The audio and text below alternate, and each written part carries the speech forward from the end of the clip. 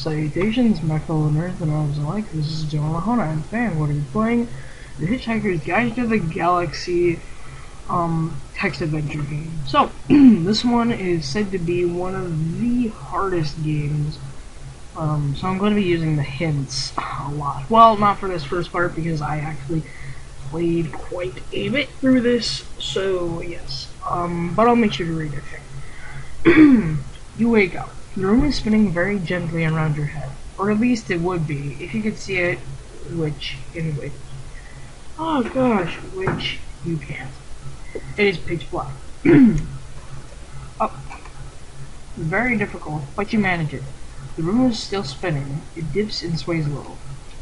Let's see. Now we can turn on the light.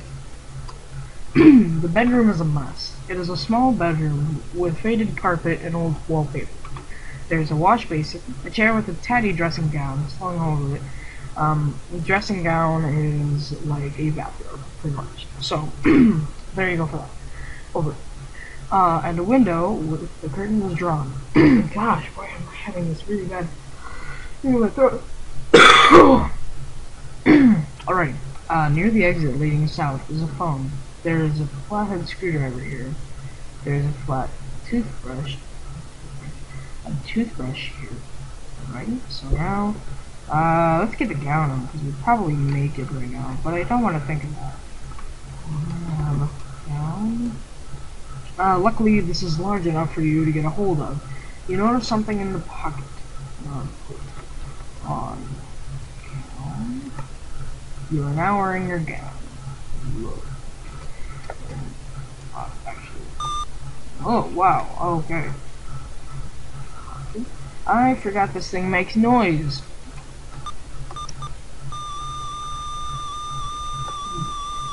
That noise. Opening your gown reveals a buffered analgesic. It's not anal. It's nothing to do with your butthole, your rump, whatever you would like to think of. No, it's like a aspirin, Tylenol kind of thing. Not sponsored by that, but it's kind of like something like that. Pocket fluff, and a thing your aunt gave you, which you don't know what it is. So, since we're having a headache, we should probably take the analgesic. Okay. I wonder if this will work. Oh, it did. You swallow the tablet. After a few seconds, the room begins to calm down and behave in an orderly manner. Your terrible headache goes. Awesome. I think this works. Can I do that? Oh, awesome. Okay. Flathead screwdriver, take a toothbrush. As you pick up the toothbrush, a tree outside the window collapses.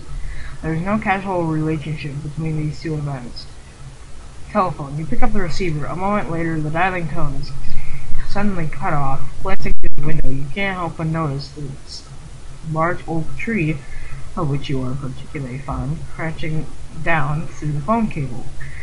Shouldn't you be taking more interest in the events in the world around you? Well, you got it. Okay. Let's see. What else do we do? What about exit? Exit. You make your way down to the front porch. This is an enclosed front porch of your home. 3 times this is stated. Your front garden lies to the south. You can re-enter your home to the north. On the doormat is a pile of junk mail. Grab junk mail. Gather up the pile of mail. Read.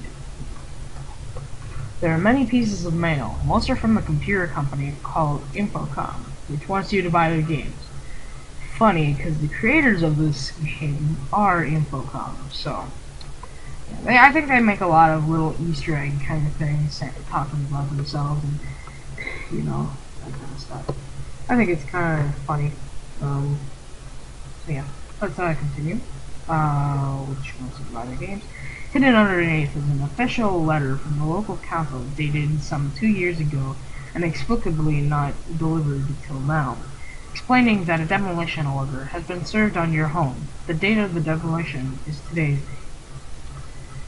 Look. Oh, okay. Well, I already read that, so you know. Let's see. Exits. A front of house. You now enter your home to the north. A path leads around it to the northeast and northwest, and a country lane is visible to the south. All that lies between your home and the huge yellow bulldozer bearing down on it is a few yards of mud. Mr. Prosser, from the council, is standing on the other side of the bulldozer. He seems to be wearing a digital watch. He looks startled to see you emerge and yells at you to get out of the way. The bulldozer rumbles slowly towards your home. Just because I read the book and watched the movie, I know that you are supposed to line a bulldozer.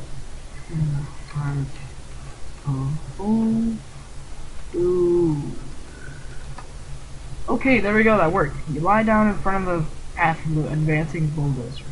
Foster yells at you to what? Mr. Foster yells at you for Christ's sake, move. Okay, this is British stuff, so I may not know that. Just kidding, I know what that means. Okay, so, can't do that while you can't S while you're lying down. Well, I guess there is an option to wait, so the bulldozers thunder towards you. The ground is shaking beneath you as you lie in the mud. Time passes. The noise of the giant bulldozer is now so violently loud that you can't even hear Prosser yelling at you to warn you that you will be killed if you don't get out of the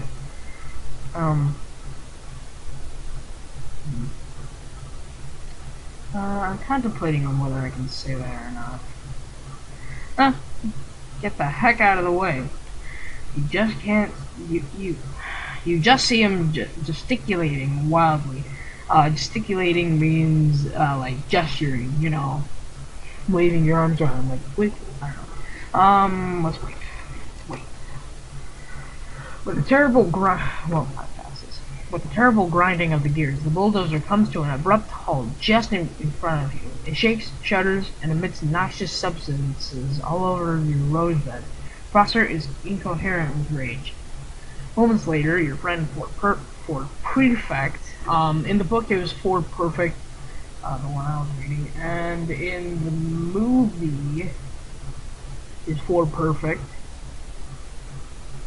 But in the TV show, and probably even the radio version, it was Prefect. And it was originally Prefect. So, if I say perfect, just know that I mean Prefect. You see your friend Ford Prefect arrives. He hardly seems to notice your predicament, but keeps glancing nervously at the sky. He says, "Hello, Arthur," takes a towel from his battered leather satchel and offers it to you. I actually know that if you do that, take the towel, he'll just leave. So, yeah. Ford glances uncomfortably at the sky. He offers you the towel again. Wait, because I'm stubborn. Alright. Ford seems oblivious to your trouble. So you ask, Ford, what about my home? He looks startled, then guilty. He starts to say something and stops. He starts to say something else and stops. Suddenly, he seems to see the bulldozer for the first time, stops starting to say things, and starts. He seems to come to a momentous decision, says he has something of earth-shattering importance to tell you, and stresses the importance of a quick drink at the Horse and Groom, which is a pub, bar, whatever. Pointing towards Prosser, you exclaim, "But that man wants to knock my house down." Ford goes off for a quiet word with Prosser. From where you're lying, you cannot hear what's happening, although they seem deeply engrossed in conversation.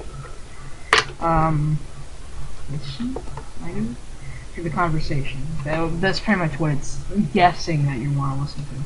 You can't hear anything from here. Alright, I guess we'll wait. Time passes. Ford and Prosser stop talking and approach you. Ford says that Prosser has agreed to lie in your place so that the two of you can go off to the pub. Reluctantly, Prosser steps forward and lies in front of the bulldozer. You stand up. Wait, maybe? Ford urging you to follow, hurries towards the country lane. I get to follow Ford. I'm actually doing pretty good. I haven't died yet. But I have died though. Once. Actually a couple times because I accidentally waited too long in the house and the bulldozer, killed me. And then once I got a brick in my face. It's pretty funny when you die the first time though. I should have done that, but it's not. Okay. Country Lane. The road runs from your home to the north towards the village pub to the west. Ford Prefect is here. Come along, Arthur, says Ford impatiently, and enters the pub. Follow Ford. Oh, also, if you don't want to get DOSBox and play the game, you can actually look online and look for the Hitchhiker's Guide to the Galaxy 30th Anniversary game, and it'll actually give you, it's a lot nicer. It'll actually have a little window with your surroundings in it, and it's kind of nice, and it has color. This does have color, but it's more like a blue and, you know, all the straight colors. Okay, the pub. The pub is pleasant and cheerful, and full of pleasant and cheerful people who don't know if they've got about 12 minutes to live, and therefore having a spot of lunch. Some music is playing on an old jukebox. The exit is east. Ford Prefect is here. Oh, excuse me. There's a barman serving at the bar. Behind the bar is a shelf. It is full of the sort of items you'd find on shelves behind bars and pubs. Ford impatiently buys lots of beer and offers half to you. Muscle relaxing, he says impenetrably. I guess in the movie Arthur kind of just argues and doesn't really drink the beer. But I'll just drink it. Drink beer. Okay. It is a very good beer, brewed by a small local company. You particularly like its flavor, which is why you woke up feeling so wretched this morning. You were at somebody's birthday party here in the pub last night. You begin to relax and enjoy yourself. Sean Ford mentions that he's from a small planet in the vicinity of Beetlejuice. Not from Guildford, as he usually claims. You take it in your stride and say, "Oh yes, which part?" Drink beer. Alright, it is really very pleasant stuff, with a very good, dry, nutty flavor. Some light froth on top, and a deep color. It is exactly room temperature.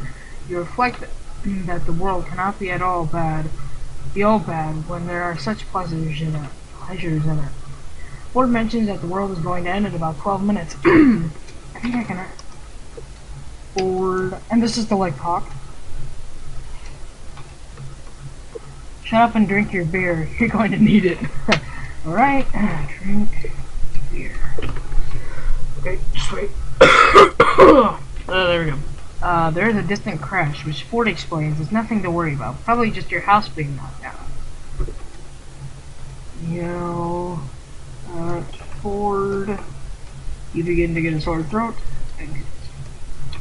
Country Lane. You see a huge bulldozer heaving itself among the cloud of brick dust, which is all that remains of your home. As you start up the lane, a small dog runs up to you, yapping. Ford hurries after you. Examine dog. Not DOS. Examine dog. Mongrel looks hungry. I don't think I have peanuts yet. Do I? No, I don't. Exit. North. The dog carries on yapping for a moment, then gulps uncomfortably. North. Okay. Front of house. Mr. Proster from the local council is standing on the other side of the bulldozer. He seems to be wearing a digital watch. Ford hurries after you. Look at house. It is now a pile of rubble. Yeah. At crossing. You begin to get a sore throat. With a noise like a cross between Led Zeppelin's farewell concert and the eruption of a Krakatoa, a huge fleet of Vogon construction ships fly overhead and announces that the Earth will be demolished to make way for a new hyperspace bypass in 2 of your Earth minutes. It's kind of funny because in the game, I don't think it says that it'll be made into a bypass. Maybe it does. I don't know. But in the book, it says that your house is going to be demolished for a bypass. And in the game, or not in the game, and after that, your houses, or well, Earth is going to be demolished for a hyperspace bypass. So I think it's kind of funny. In all the turmoil, you drop the thing that your aunt gave you, which you don't know what it is, and it rolls away.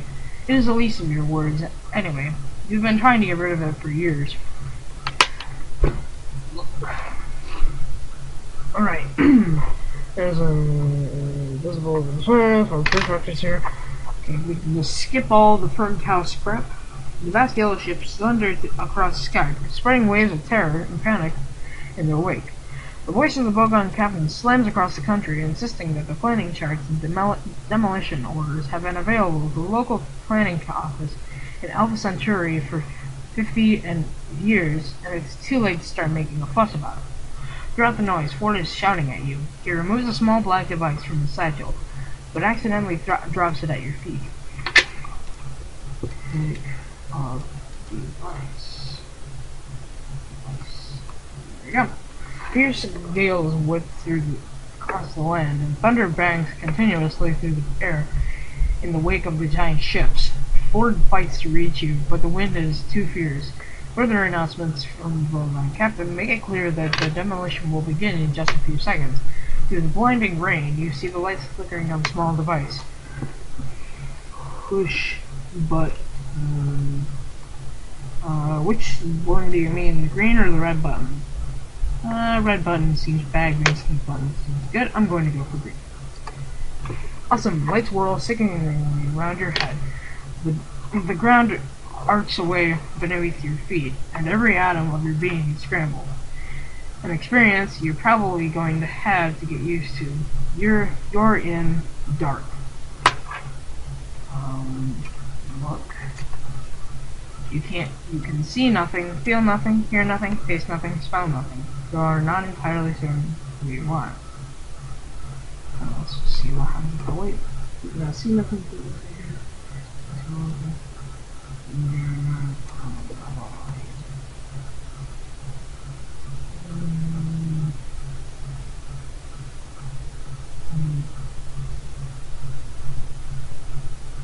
Kinda like smell. You can try that again. Oh, it works. No, it doesn't. You are not even sure who you are. Wait, I'm gonna try smell again. Oh, look at that! It does smell a bit. There's something pungent being waved under your nose. Your head begins to clear. You make out a shadow moving in the dark. Ooh, what do I do? Okay. Look at shadow.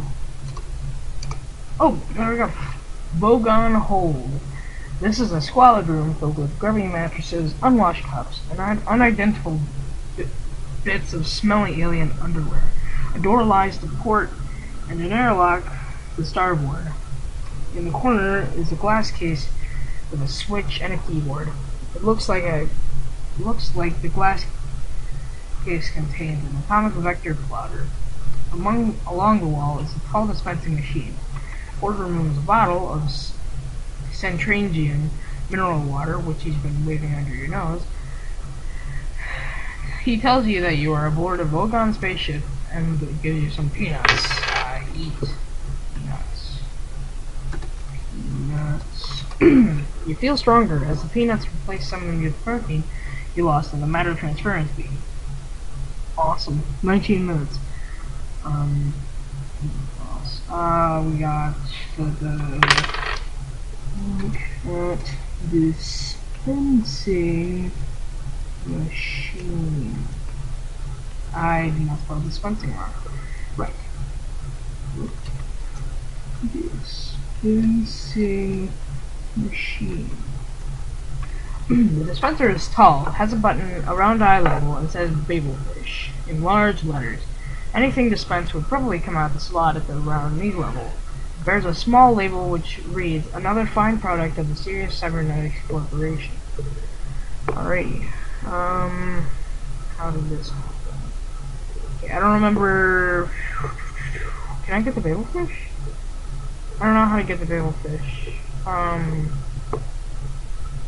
let me see. Actually, I had read the. I'll be right back. Alright, so. Oh, excuse me. Oh crap. Alright, so I had actually read the hints, and I'm supposed to do this. I only read some, so. Oh wait.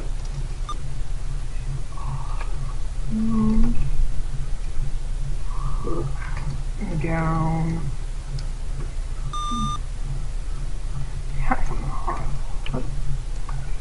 Oh, there we go. Whoa! Holy crap. Alright. Oh, this is part. Okay, it is of course well known that careless talk costs lives, but the full scale of the problem is not always appreciated. For instance, at that exact moment you said, "Look at the dispensing machine," a freak wormhole opened in the fabric of space-time continuum and carried your words far, far back into the time-constant, almost infinite reaches of space, into a distant galaxy where strange and warlike beings were poised on the brink of frightful interstellar battle. Wow, let's go on. Alright, the two opposing leaders were meeting for the last time. A dreadful silence fell across the conference table as the commander of the Lahurgs, resplendent in his jeweled battle shorts, gazed levelly at the leader squatting opposite to them in a cloud of green sweat, sweet-smelling steam.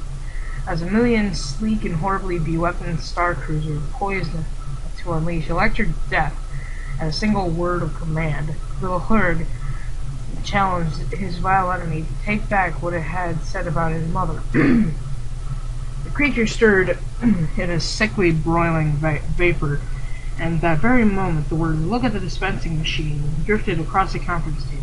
Unfortunately, in the Lahurg tongue, this was the most dreadful insult imaginable, and there was nothing for it but to wage terrible war for centuries.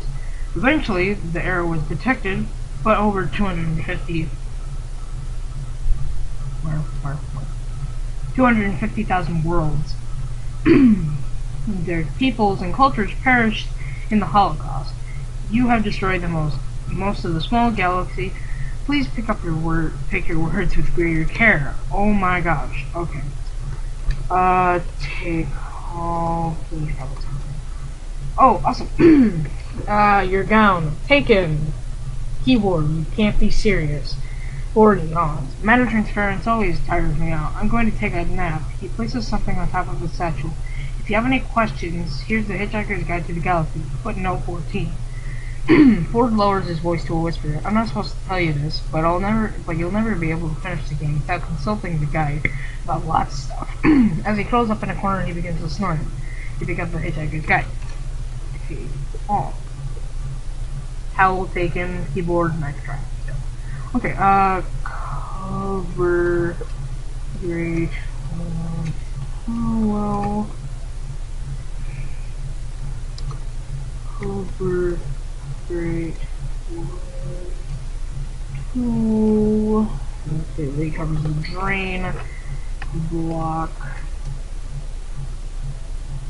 console, with shell? You can't see a console here. Oh, look. I'm trying to think.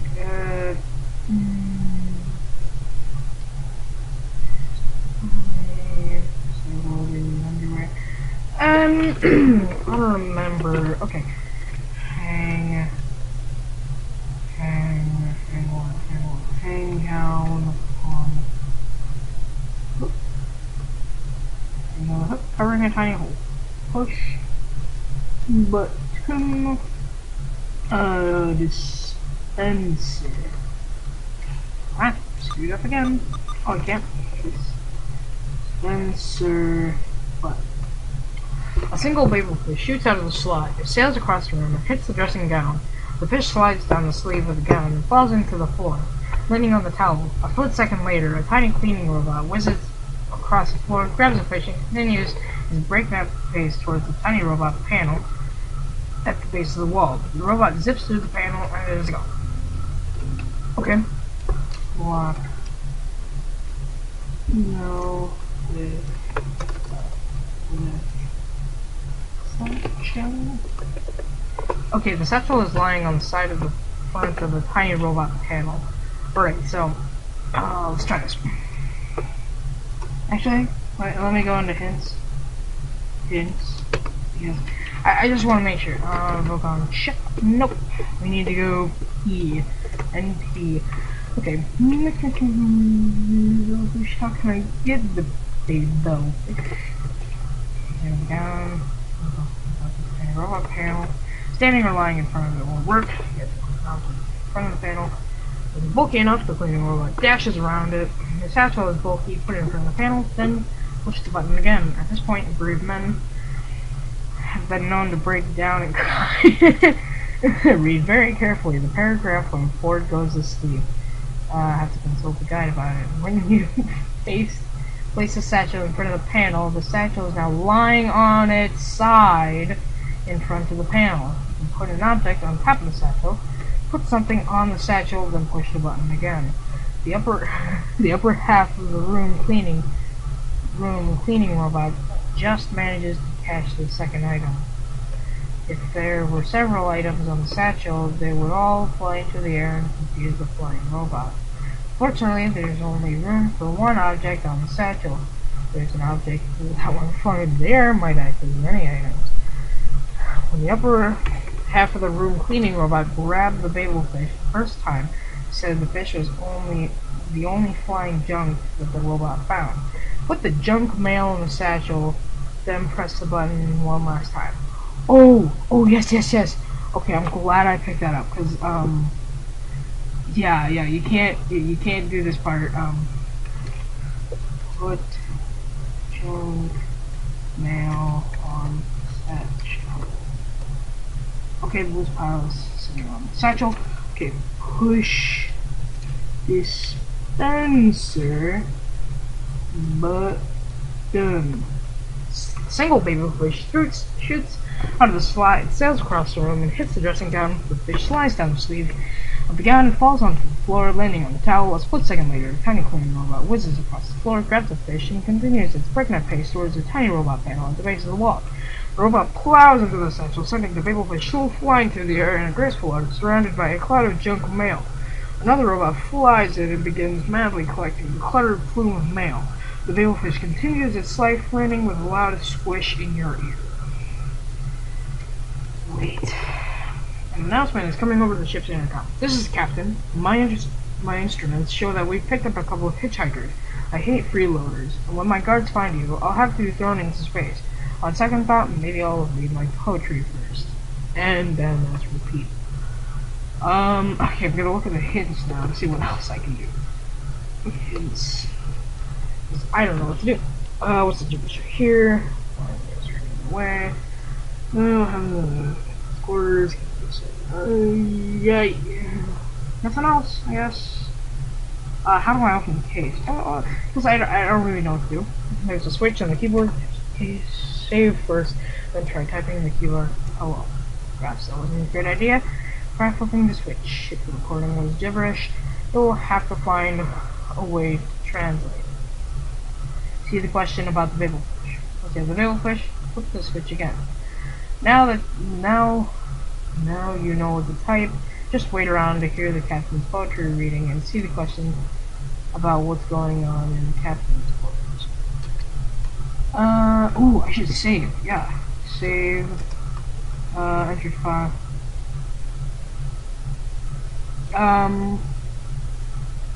Program. Shit. Okay, awesome. So now we can load. I don't know the word load.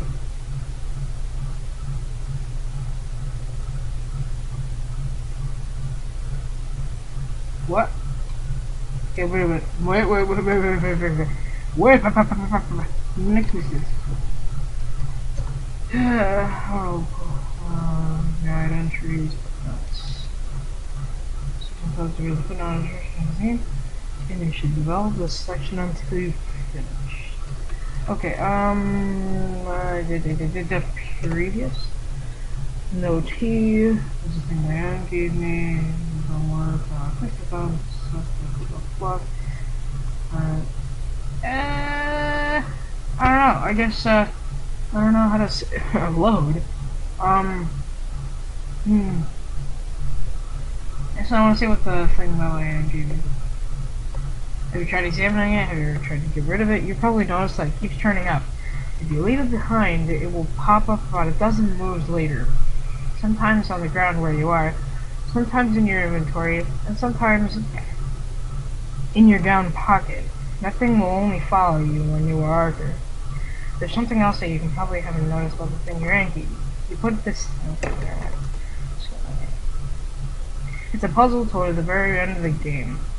It's the puzzle of getting the flower pot out of the whale. I don't know what that is, so I guess we can just wait. This is Captain... Oh, okay. We're in the captain's quarters. In the poetry appreciation chair, this is the cabin of the Vogon's ship.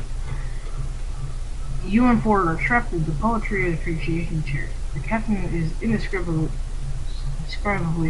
hideous, indescribably blubbery, and indescribably mid to dark green. He is holding samples of his favorite poetry. Poetry.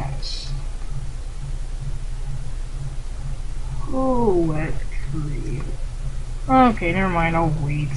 Okay, he's going to read us his poetry. Just pray he softens us up with some cudgels first? I don't know what that is.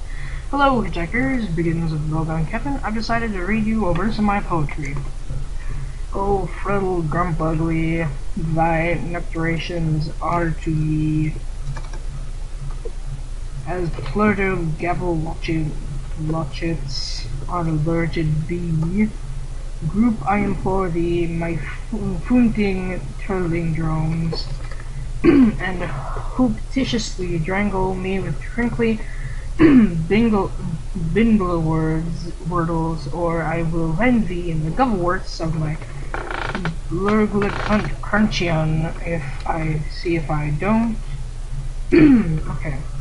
He didn't seem to enjoy my poetry at all. Toss them into the airlock. The guards grab you and Ford and drag you towards the hole. Ford whispers, "Don't worry, I'll think of something." Logan Ford. This is a squalid room filled with grubby mattresses, unwashed cups, and everything. Okay, we've already been here. The guard releases you and Ford and begins cycling the air in the airlock. Hey guard, do you really enjoy this sort of thing? Shouting, stomping around, shooting people is a really fulfilling career. Bogon. Yeah. Do you think it is? I don't know. You don't know anything. I beg your pardon. Ford continues, sucking the guard with a sudden career change. Oh, there it is. The guard says, "Well, all things considered, I guess I like being a guard, especially the shouting.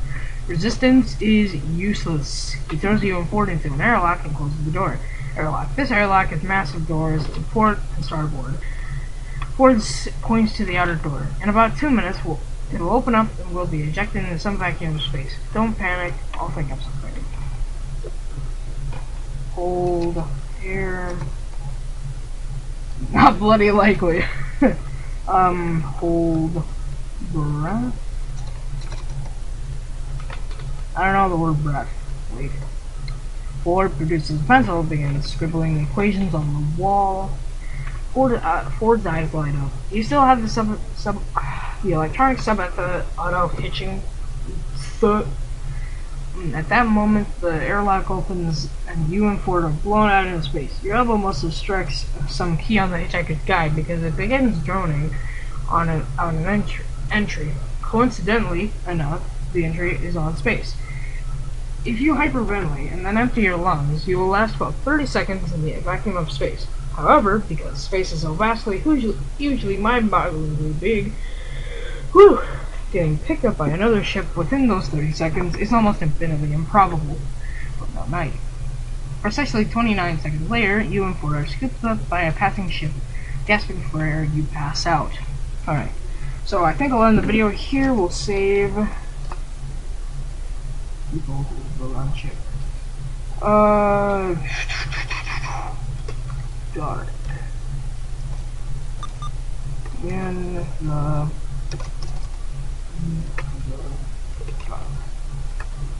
okay. So thank you guys for watching. If you enjoyed this video, leave a like, leave a comment, so through. Play next time. I'll see you guys in the next video. See ya.